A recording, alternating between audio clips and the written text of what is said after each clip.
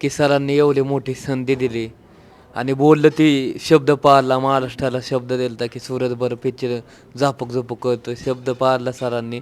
खूप कठीण वेळ असते ही. कारण एक आपला सिनेमा अगोदरचा जेव्हा आपला इतका सुपरहिट जातो आणि बॉक्स ऑफिसवर एवढा मोठा गल्ला जमवतो, त्या दिवसापासून स्ट्रगल सुरू होतो आपला की आता पुढचं काय. आणि आपली कला आहे ना, ही कुठल्या एका वर्गाची मक्तेदारी नाही आहे. आणि त्याच्यात निलक्त करत होतं. पण मी काय म्हटलं, ते सीन मी असा देणार ना, पब्लिक माझ्या शिट्ट्याच वाजवणार.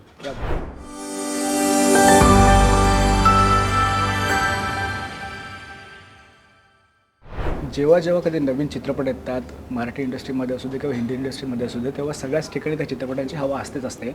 पण एक असा चित्रपट, त्या चित्रपटाची हवा त्याच्या प्रदर्शनाच्या आधीपासून होती. त्यातल्या त्यात एक असा अभिनेता जो मराठी इंडस्ट्रीसाठी नवीन चेहरा म्हणून आला आहे आणि त्याच अभिनेत्याला ज्या एका दिग्दर्शकाने, एका लेखकाने लॉन्च केलेलं आहे, तेच दिग्दर्शक, लेखक आणि अभिनेताची जोडी माझ्यासोबत आहे. चित्रपटाचं नाव आहे झापूक झुपूक आणि त्याच निमित्ताने आज माझ्यासोबत केदार सर आहेत. हॅलो. आणि सूरज चव्हाण आहे. केदार सर, सुरुवात आपण तुमच्यापासून करूया. बापाचं दर्शन झालं, प्रमोशन तर खूप आधीपासून सुरुवात झालीच होती.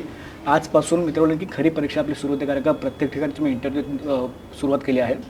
काय सांगाल, किती भारी वाटतं स्वतःवर की काही लोक असं बोलतात की अरे हा कोण हिरो, ह्याला कोण हिरो ॲक्सेप्ट करेल वगैरे, पण त्याच व्यक्तीला पॉलिश करून जेव्हा तुम्ही प्रेक्षकांसमोर घेऊन येता आणि तेवढं चांगल्या पद्धतीने दाद मिळते, काय सांगाल एकंदर त्याबद्दल? खूप कठीण वेळ असते ही. कारण एक आपला सिनेमा अगोदरचा जेव्हा आपला इतका सुपरहिट जातो आणि बॉक्स ऑफिसवर एवढा मोठा गल्ला जमवतो, त्या दिवसापासून स्ट्रगल सुरू होतो आपला की आता पुढचं काय. 1.5-2 वर्षानंतर झापूक झुपूक नावाचा सिनेमा घेऊन येतो आहे मी.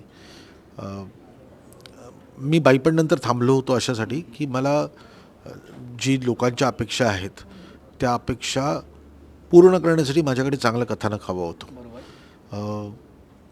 लोकांचा विश्वास असतो आपल्यावर. हे बघ, काय यश आणि अपयश याचे काही गणित नाही आहेत. त्यामुळे आपण आपल्या प्रयत्नात कुठेही कमी पडतो का याचा विचार करणं गरजेचं आहे. मी एवढंच या निमित्ताने सांगू शकतो की जो विश्वास लोकांनी आजपर्यंत माझ्या सगळ्या कलाकृतींवर ठेवला आहे, मग ते नाटक सई रे सई, श्रीमंत दामोदर पंतपासून ते अगदी सिरियल्स गंगाधर टिपरे आणि चकटपू आणि खूप काही, मग सिनेमा अगदी अगबाई अरेच्या, जत्रा, शेवटचा महाराष्ट्र शाहीर आणि बाई पण भारी देवा, त्याच्यानंतर मी झापूक झुपूक घेऊन येतो आहे. तर मेहनत तेवढीच घेतली आहे. आजही प्रचंड टेन्शन आहे. आणि कारण मी प्रेक्षकांना गृहीत धरणारा माणूस नाही आहे की आपण काम करतो आहे, अरे लोक येतीलच, हा ॲटिट्यूड माझ्या आयुष्यामध्ये मूवी म्हणजे येणारच असं नसतं. कारण आपण ज्या इंडस्ट्रीमध्ये आहोत तिथे काल काय केलं आहे हे महत्त्वाचं नाही, या क्षणी आणि आता पुढे काय करतो हे महत्त्वाचं आहे. त्यामुळे मागचं सगळं काही माझ्यासाठी डिलीट झालेलं आहे आणि आज हा नवीन एक प्रवास माझा सुरू झालेला आहे. आणि तो प्रवास या प्रेक्षकांच्या साथीने आणि त्यांच्या विश्वासावर मी पूर्ण करेन असं मला वाटतं. जसं मी याच सुरुवातीला बोललो की खूप लोकांचे असे दुजोभावे सुद्धा असं की अरे ह्याला काय कळणार आहे, ह्याला काय कळणार आहे. कारण का जेव्हा सूरजला आम्ही बिग बॉससारख्या एका कार्यक्रमात बघितलेलं, त्याच्यामध्ये त्याचा असणारा इन्फ्लुएन्स किंवा काही गोष्टी त्याला त्या दरम्यान कळत नव्हत्या, पण आत्ता खूप चांगल्या पद्धतीने तो पॉल्युशन आमच्यासमोर आला आहे. काय सांगाल एकंदरीत त्याचा बिग बॉसचा आत्तापर्यंतचा प्रवास किंवा तुम्हाला त्याच्यामध्ये वाटणारा खूप चांगला बदल, काय सांगाल? नाही, आपली कला आहे ना, ही कुठल्या एका वर्गाची मक्तेदारी नाही आहे. मला नेहमी असं वाटतं की आपण कला म्हणून जी सादर करतो ती लोकांना आवडते की नाही हे प्रेक्षक ठरवतात. बरोबर. त्याला आपण नावं ठेवून उपयोगाची नाही की या माणसाला येत नाही, या माणसाने इकडे येऊ नये, त्या माणसाने तिकडे जाऊ नये, ह्याला का घेतला आणि त्याला काय, असं नसतं. जोपर्यंत तुम्ही काम बघत नाही तोपर्यंत तुम्ही त्याच्यावर भाष्य करणं म्हणजे मूर्खपणाचं लक्षण आहे. आणि लोक खूप हुशार आहेत ना. मी तुला सांगितलं ना, तिकीट काढतात, त्यांच्या कष्टाचे पैसे आहेत, त्या कष्टाच्या पैशाचा पुरेपूर वसुली त्यांची झाली आहे की नाही हे त्याला बरोबर कळतं. आणि कुठल्या ठिकाणी जायचं आणि कुठल्या ठिकाणी नाही जायचं हे शेवटी प्रत्येक माणसाचं एक स्वतःचं मत असतं. त्या मतासाठी आपण मेहनत करणं गरजेचं असतं. आज या क्षणी आम्ही सगळे त्याच प्रेशरमध्ये आहोत की आपण काम चांगलं करूया, आपण लोकांपर्यंत पोहोचूया आणि आपलं काम लोकांना आवडेल याचा विश्वास आपण निर्माण करूया आणि मग रेस्ट सगळ्या रसिक प्रेक्षकांवर आहे, कारण शुक्रवारी तुम्ही गंडवू नाही शकत. क्या बात आहे. शुक्रवार हा खूप पहिला show महत्त्वाचा पासून आहे. ना? हा पहिला show अगदीच, पासून, yes. कारण तो बाण सुटलेला असतो. तो एकतर चुकतो नाही तर तुम्हाला घायाळ करतो. तर आम्ही नेहमी तर लावलेलाच आहे आणि तो प्रेक्षकांच्या मनामध्ये म्हणजे त्यांना घायाळ करेल आणि आनंद देईल याचाच विचार आमच्याकडे सतत सुरू आहे. क्या बात आहे. मला सुरुवात तुला विचारायला आवडेल की चित्रपटाचं चित्रीकरण पूर्ण झाल्यानंतर शेवटच्या दिवशी पॅकअप जेव्हा बोलण्यात आलं तुझ्याकडून, जेव्हा पॅकअप बोललास त्याच्यानंतर मी तर म्हणलं की खरा प्रवास सुरू झाला, कारण का चित्रपट बनणं त्याच्यानंतर तो रिलीज होणं ती सुद्धा एक खूप मोठी महत्त्वाची प्रोसेस असते. काय सांगशील, किती भारी वाटतं आता की चला बाबा आता सगळं रेडीच झालं आहे, पण आता जे आहे ते प्रेक्षकांसमोर मी मांडून ठेवलं आहे. काय सांगशील? खूप आनंद आहे की सरांनी एवढी मोठी संधी दिली आणि बोललं ती शब्द पाळला. महाराष्ट्राला शब्द दिलता की सूरज बरं पिक्चर झापक झुपक करतोय, शब्द पाळला सरांनी. तर आता माझा 25 एप्रिलला झापक झुपक येतोय. फक्त सूरज चव्हाणवर एकदा विश्वास ठेवा तुमच्या भावावर आणि नक्की जा थिएटरमध्ये आणि तिकीट काढा आणि पिक्चर कसा वाटतोय ना, मला बोला मग काय बोलायचं, माझं एवढंच आहे. असं बरं, तर जेव्हा आधी आपण प्रितेश दादाला बिग बॉसमध्ये बघितलं त्याच्यानंतर केदार सरांनी तुझ्यावर दाखवलेला विश्वास आणि तो विश्वास आज सार्थकी झाला आहे. दिग्दर्शक म्हणून केदार सर कसे आहेत, त्यातलं त्यात केदार सर एक व्यक्ती म्हणून तुझ्यासाठी किती महत्त्वाचे आहे? माझ्यासाठी व्यक्ती म्हणून लय खास आहे ती, कारण मला लय काय त्यांनी शिकवलंय. आता मला ती डबिंग करता येत नाही, सरांनीच माझ्याकडून करून घेतलंय. असं एक एक शब्द तसं इमोशन आणायचं, तसं रलायचं, परत ती बोलायचं, टोन हालो जोरात आवाजात बोलायचं सोपं नाही ना. मग त्यांनी डबिंग लय अडगव गेलं तुला मला. तू काय बोलतोस बोलायचं सोपं नाही. आम्ही ट्रेलर लॉन्चला बघितलं, सरांना पण तू बोलून देत नव्हता. असं कसं बोलतोस तू बोलायचं सोपं नाही? तिथं ते सगळं वेगळं हा ती एकलं असतं. म्हणजे पिक्चरचं सांगतोय मी. बरोबर. आता ह्यांची क्लिप एकली, ती काय म्हणतात लिहिलेलं बरोबर. हा स्क्रिप्ट. हा क्लिप त्यांची एकली. आपलं काय, आपल्याला डोक्यात गेलं की विशेष नाही, नाही, म्हणजे डायरेक्ट आपण बोलतो असं आहे.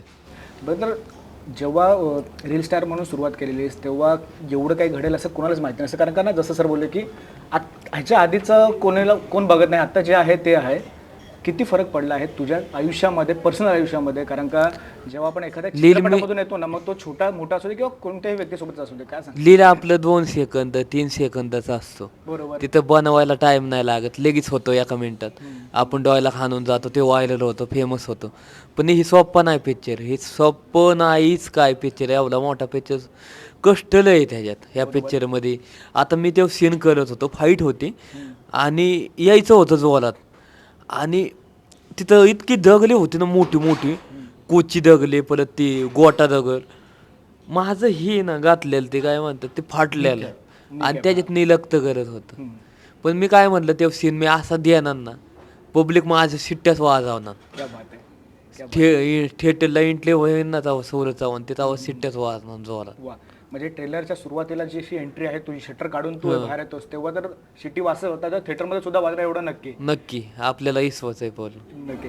केदार सर, मला तुम्हाला विचारायला आवडेल की ट्रेलर लॉन्च जेव्हा पार पडला तेव्हा सुद्धा तुम्ही एक गोष्ट वारंवार बोलत होता आणि आता सुद्धा इंटरव्ह्यूच्या सुरुवातीला बोलत की चित्रपट क्षेत्रामध्ये किंवा कोणत्याही क्षेत्रामध्ये कोणाची मक्तेदारी ही नसते किंवा नसावी. एक दिग्दर्शक माझी पण नसावी. वा. म्हणजे मी माझ्यापासून सुरुवात करतोय. मी कोण ठरवणारा कोणी काय करायचं? ते त्याचे समोरच्याचे कष्ट आणि त्याच्यातले गुण, बरोबर. आणि स्वीकारायचं नाही स्वीकारायचं हे प्रेक्षक ठरवतात. आणि मी कधीतरी मी पण नौखा होतोच ना. बरोबर. मी पण चुका केल्या आहेत. मी 100 नाही लाखो चुका केल्या असतील त्या सगळ्या प्रोसेसमध्ये. मी का आईच्या पोटातून दिग्दर्शक म्हणून बाहेर नाही आलो ना. मी पण हळूहळू शिकत गेलो आणि मग आज 2025मध्ये मी तुझ्यासमोर बसलो आहे.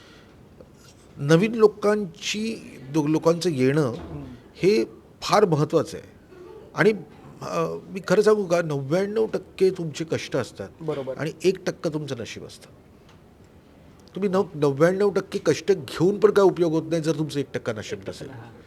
मी खूप असा परमेश्वराला, स्वामींना मानणारा माणूस आहे आणि आज मला माहिती आहे ना की मी कष्ट घेतो, पण शेवटी मी त्या 1%वर पण अवलंबून आहे. वा. मी असं गृहीत नाही धरत की आता होतंय रे, काय काम प्रॉब्लेम केलंय आपण आता बघू असं. नाही, असं नाही ना. माझ्या हातात काय? माझ्या हातामध्ये कुठलीही गोष्ट आली तर ती सादर करणं माझ्या हातात आहे आणि ती कष्टाने सादर करणं हातात आहे. म्हणजे 99% कष्ट तर माझे झाले. आहेतच. 1% मी प्रेक्षकांवर देतो ना, का त्यांनी नाही चाले तर माझ्या 99% कष्टांचं काय होणार आहे? त्यामुळे जे मी मगासपासून म्हणतोय की ती कोणाची वक्तृत्व आहे, माझ्यापासून मी सुरुवात करतो. वा. मी नाही ठरवू शकत की या माणसाने कलेच्या क्षेत्रात यावं आणि त्या माणसाने येऊ नये. आणि जर मी तसं ठरवत असेल ना तर मग माझी तशी लायकी नाही आहे रे. प्रत्येकाने आपली आपली आपली पायरी ओळखून वागायला पाहिजे. मला माहिती आहे आज असंख्य मी जेव्हा चित्रपट क्षेत्रामध्ये किंवा नाटकामध्ये किंवा सिरियल्समध्ये मुलं बघतो, मुली बघतो, तेव्हा मला असं वाटतं की आज हे ना ही गोष्ट येत नसेल, 2 मिनटं पकडूया, पण ह्याच्यामध्ये गुण आहे, कधी ना कधीतरी ती गोष्ट येईल. येणारच. आणि तो सरावाचा भाग असतो. बरोबर. मी असंख्य ॲक्टर्स असे बघितलेत की सरावाने चांगले ॲक्टिंग करू लागले. ते पहिल्या वेळेस अजिबातच बरोबर नव्हती. आणि हा मुलगा रील स्टार एका गावच्या खेड्यामधून आलेला आहे आणि त्याला ती संधी मिळाली आहे ना. त्यांनी मला पैसे दिलेत ही संधी देण्यासाठी की बाबा सर एवढे घ्या आणि माझ्यावर सिनेमा करा, असं नाही ना होऊ शकत. मला ते कॅरेक्टर म्हणून सूरजचं हे कॅरेक्टर म्हणून त्या गोष्टीमध्ये इतकं फिट बसलेलं आहे की मी दुसरा कुठला विचारच करू शकत नव्हतो की सूरजबरोबरच मला काम करायचं आहे आणि मला सूरजबरोबरच हा सिनेमा करायचा आहे. आणि मग नुसताच शब्द दिला आहे असे मी रियालिटी शोमध्ये शब्द देणारे खूप लोक बघितले आणि त्याच्यानंतर त्यांची काय अवस्था झाली हे पण बघितलं. मी ती खूप जबाबदारीने महाराष्ट्राला शब्द दिला होता, मी फक्त सूरजला नव्हता दिला. म्हणजे मग ना त्या महाराष्ट्राने हा पण माझ्यासाठी विचार केला असेलच ना की हा माणूस शब्दाचा पक्का आहे. आणि जो माणूस शब्दाचा पक्का आहे ना त्याचं काम बघायला लोक येतात. बरं, तर यातलाच अनुसरण प्रश्न विचारायला आवडेल मला की ज्या पद्धतीने हिंदी चित्रपटसृष्टीमध्ये खूप नवीन नवीन चेहरे येतात, कुठेतरी एक प्रेक्षक म्हणून मराठी चित्रपटसृष्टीमध्ये तेवढे नवीन चेहरे मला दिसत नाही. दिग्दर्शक म्हणून तुम्हाला काय वाटतं की नाही, असं मी म्हणत नाही. कारण तू आता माझा विचार करशील तर अगं यारेच्यामध्ये डेब्यू केला होता जो प्रियांका यादवने केला होता, नवीन चेहरा होता. संजय नार्वेकरला ॲज अ हिरो म्हणून मी प्रेझेंट केला, तो पहिल्यांदाच केला. 17मध्ये क्रांती रेडकर ही नवीन हिरोईन होती. यंदा कर्तव्यामध्ये स्मिता शिवाळे नवीन हिरोईन होती. बकुळा नामदेव घोटाळेमध्ये सोनाली कुलकर्णी ॲक्ट्रेस आहे, ती पण नवीनच होती. सिद्धार्थ जाधव हा नवीनच होता माझ्याबरोबर जत्रामध्ये काम करताना. त्यामुळे मी हा विचार हा नाही करत की हा नवीन आहे का जुनं आहे, हा या कॅरेक्टरसाठी करेक्ट आहे ना तर मला हाच पाहिजे. उद्या मी सूरजबरोबर काम करतोय, उद्या मला कुठली वेगळी कथा सापडली, अगदी लास्ट फिल्म बघ ना, बाई पण भारी देवा, जेव्हा मी या 6 बायकांबरोबर वेगवेगळ्या बायकांबरोबर काम करायचं ठरवलं, मला निर्माता मिळत नव्हता कारण कोणीच माझ्यावर विश्वास ठेवायला तयार नव्हता की या बायकांबरोबर सिनेमा होऊ शकतो आणि लोक सिनेमाला गर्दी करतील. त्यावेळेस पण फक्त कष्टच आणि 1% हे आणि प्रेक्षक बस. नक्कीच.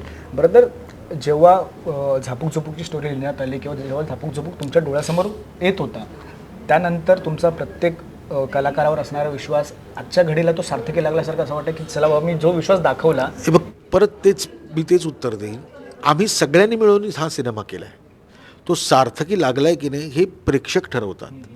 मी यांना सर्टिफिकेट देऊन उपयोगाचं नाही आहे. ते सर्टिफिकेट आम्हा सगळ्यांना एकत्र 25 तारखेला मिळणार आहे, बस त्याची वाट बघायची. नक्कीच. सूरज, फक्त तू एकटा नाही आहेस तर तुझ्यासोबत बाकीचे सुद्धा कलाकार आहेत, म्हणजे तेवढ्याच धाटणीचे, त्यांनी ह्याच्या आधी कॅमेरा फेस केला आहे तुझ्या मालिकामध्ये वगैरे, काही चित्रपटांमध्ये वगैरे जुनी 2-3 पिक्चर केले.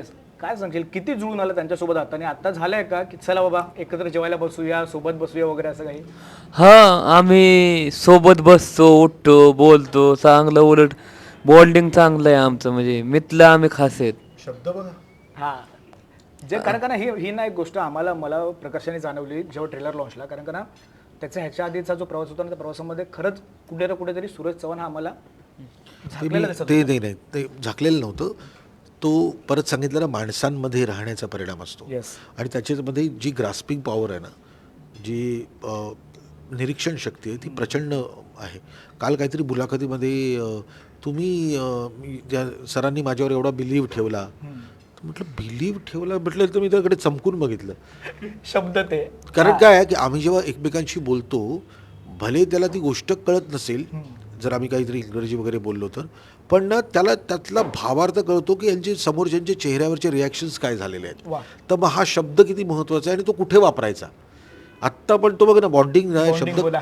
एक सांगू, याला ना कोणी काही शिकवू शकत नाही, हा खूप इनबिल्ट जसा आहे तसा आहे. आणि आज असं नाही आहे, आणखीन 2 महिन्यांनी जरी त्याचा इंटरव्ह्यू घ्यायला गेलास ना सूरज तसाच बोलणार आहे. फक्त तुला फरक काय जाणवेल की आता कॉन्फिडन्स लेवल आणखीन खूप वाढलेला जास्त आहे. प्रमाणात yes. तर तो ना तो तू मी पहिला दिग्दर्शन केलं तेव्हा माझा कॉन्फिडन्स काय होता, तू पहिली मुलाखत घेतलीस बरोबर. तेव्हा तुझा कॉन्फिडन्स काय होता, तो सरावानेच वाढतो ना रे. नक्कीच नक्कीच आणि मग त्याला छानपैकी जगू द्या ना, त्याला त्याचं ठरवू द्या ना. आपण कशाला त्याच्यावर लेबल लावायची की ह्याला काही जमत नाहीये. जमणार, हळूहळू जमणार. मुलं म्हणजे काय, मूल जन्माला आल्यानंतर पहिल्याच दिवशी धावायला लागत नाही ना. ते म्हणजे जरा पालतं होतं, मग रांगतं, मग उभं राहण्याचा प्रयत्न करतं, मग पहिलं पाऊल टाकतं, मग हळूहळू ते पळतं ना. आणि मग ते शिक्षण घेतं आणि मग त्याचं काहीतरी भलं होतं. आपण हा मुलगा आलाय कुठल्या तरी छोट्याशा गावातून, तर हा आमच्या मांडीला मांडी लावून बसूच शकत नाही. अरे कसा आहे तो, इतकं त्याला एकतर ट्रोलिंग काही वाचता येत नाही, त्याला लिहिता वाचता येत नाही ना. त्यामुळे त्याला काही फरक नाही पडत आहे. पण मला कधीतरी असं वाटतं की इतकं पण तुम्ही बोलू नये. आधी काम बघा. काम बघितलं आणि तुम्हाला नाही आवडलं तर बोलण्याचा पूर्ण अधिकार आहे. बरोबर. आणि आपल्याकडे काय माहिती ना की सॅम्पल बघून बोलण्याची सवय लागली. एवढंसं सॅम्पल असतं ते, त्याच्यावर तुम्ही कसं तर्क लावू शकता की यांनी कसं काम केलं आहे. बरोबर. आणि टीजर ट्रेलर नंतर तर अख्खी हवाच बदलली. बरोबर. पण टीजर जेव्हा आला तेव्हा खालचं ट्रोलिंग बघितल्यानंतर मला असं झालं की हे पोरगं, या पोराला नीट सांगितलं पाहिजे. पण परत तेच आहे की त्याला काही शिकवण्याची गरज नाही. इज लाईक तो बिनधास्त आहे. बरोबर. तो गावखेड्यातला माणूस आहे, त्यामुळे तो आतला मुंबईतल्या ठिकाणी पडण्यात रानामानात फिरल्यासारखाच फिरतो. नक्कीच. सूरज, गावामध्ये कशी हवा आहे सूरजची आता? कारण का जेव्हा मी ट्रेलर लॉन्चला भेटलो तेव्हा ताईंसोबत सुद्धा गप्पा मारल्या. ताईंच्या डोळ्यामध्ये तर पाणी होतच होतं. आजच्या घडीला गावामधली तुझी धमाल, तुझी हवा, आणि आज जर आई बाबा असते तर त्यांना किती अभिमान झाला असता? आई आप्पा असतं तर त्यांना लय आनंद झाला असता की आपला मुलगा आपल्या गावाचं नाव मोठं करतोय. आणि त्या पिक्चरचा आता पिक्चर येतोय त्याच्यावर, तर तर आई ना आप्पा लय खुश असतं, आनंद असतं की त्यांना की आपलं पिक्चर म्हणजे शिकलं नाही पण काहीतरी कळतं, त्यांना खुशी झाली असते. एवढं मी सांगतो. नक्कीच. ताईंची काय भूमिका आहे या सगळ्या प्रवासामध्ये? ताई किती चांगल्या पद्धतीने तुझ्या मागे उभ्या होत्या, कारण का केदार सर तर होतेच, इतर केदार सरांची टीमसुद्धा होती. पण एक असतं ना की जेव्हा आपल्यासोबत आपण कुठेतरी डगमगतो, कुठे अडतो ना, तर आपल्याला ना आपल्या घरच्यांचीच आठवण येते पहिली. गर्लफ्रेंडचीच आठवण येते आणि छोटी मुलं आहेत ना बादशाह, त्यांची पण मला आठवण येते. कारण आपण त्यांच्याबरोबर खेळतो, उठतो, परत त्यांना खेळायला होतो, इकडं चला तिकडं चॉकलेट खायची चल, मग त्यांची बी अख्ख्यांची आठवण येते. पण काम महत्वाचं आहे ना. वा. तिथं आहेच, आपली घरातली कधी बी मिळू शकतोय, पण काम महत्वाचं आहे. त्यासाठी कामाला माझ्यासाठी हे लय म्हणून केवळ सूरजसोबत गप्पा मारायला असं आहे ना की इंटरव्ह्यू नको करूया, आपण फक्त 2 टेबलवर बसून मस्त की गप्पा मारू असं झालं आता. केदार सर, मी तुम्हालाच विचारेन पुढे सुद्धा, ज्या पद्धतीने तुम्ही सांगितलं की चित्रपटाच्या चित्रीकरणाला सुरुवात झाली आणि तिसऱ्या दिवशी एक छोटासा अपघात घडला. नाही ते ठीक आहे रे. पण तो अपघात, मित्र बोलून की त्या अपघातामधून जे काही घडलं ना ते आज आमच्यासमोर आहेच आहे. ताईंसोबत गप्पा मारल्या आम्ही, बेलाताईसोबत. कशा पद्धतीने, ज्या पद्धतीने तुमच्यासोबत ना एक रखमाई म्हणून उभी आहे, किती प्राऊड वाटते की चल मी नाही ना तर बाबा ही सगळं बघेल एवढं शी इज बेस्ट. 29 वर्षात लग्नाला झाली आमच्या. यावेळी 30 वर्ष तर कंप्लीट होतील मेमध्ये. वा. चला 30 मेच्या कोणत्या तारखेला? 9 मेला. 9 मेला. चला डन. पण या सगळ्या प्रवासामध्ये तो सरळ साधा प्रवास नव्हता. बिकॉज कलेच्या क्षेत्रातल्या प्रत्येक माणसाचं आयुष्य हे ECG सारखं असतं. त्याला चढ असतो, त्याला उतार असतो. जेव्हा चढ असतो ना तेव्हा असंख्य लोक आपल्या आजूबाजूला असतात. जेव्हा उतार असतो ना तेव्हा आपली व्यक्ती जी असते ना तीच आपल्याबरोबर असते. आणि ती उतार जेव्हा जेव्हा मला लागला आहे, मला खूप लागलेत उतार. आणि त्यावेळेस माझी मुलगी, माझी बायको आणि सगळ्यात महत्त्वाची व्यक्ती माझ्या आयुष्यातली ते म्हणजे स्वामी समर्थ. सो स्वामींबद्दल तर मी जिवंत आहे, मी फक्त स्वामी आहेत म्हणून जिवंत आहे. मी कधीतरी असं विचार करतो की मी काय करतो, तर कधीतरी हे सगळं जे सुचणं आहे ना ते कोणीतरी आपल्याला सांगतं, मी फक्त डिलेवरीचं काम करतो आहे. हे जे मला काहीतरी स्वामी संकेत देतात अशा पद्धतीचे. म्हणजे बघ ना, मी बाईपणनंतर वायकॉममध्ये जाणं आणि कलर्स मराठीचं हेड होणं, ही स्वामींनी दिलेली संधी होती. मग तिथे माझ्या हाताखाली बिग बॉससारखा कार्यक्रम होणं ही स्वामींनी दिलेली संधी होती. त्या बिग बॉसच्या कार्यक्रमात सूरजनी येणं, बिग बॉस एवढा सुपरहिट होणं, मला त्यावेळेस इच्छा होणं त्या दरम्यान त्या प्रवासामध्ये की ह्या मुलाबरोबर मला सिनेमा करायचा आहे. ही स्वामींचीच कृपा आहे. आणि आज सिनेमा 25 तारखेला रिलीज होईल, ही पण स्वामींचीच कृपा आहे. क्या बात आहे. नाही खरंच खूप भारी वाटतंय, कारण का ना जेव्हा केदार सरांचे चित्रपट येतात ना तेव्हा एक गोष्ट फिक्स असेल, म्हणजे चित्रपट काय असेल काय नसेल ते माहिती नाही, पण एंटरटेनमेंट असणार. त्या चित्रपटामधून आमचे पैसे वसूल एवढं महत्त्वाचं आहे.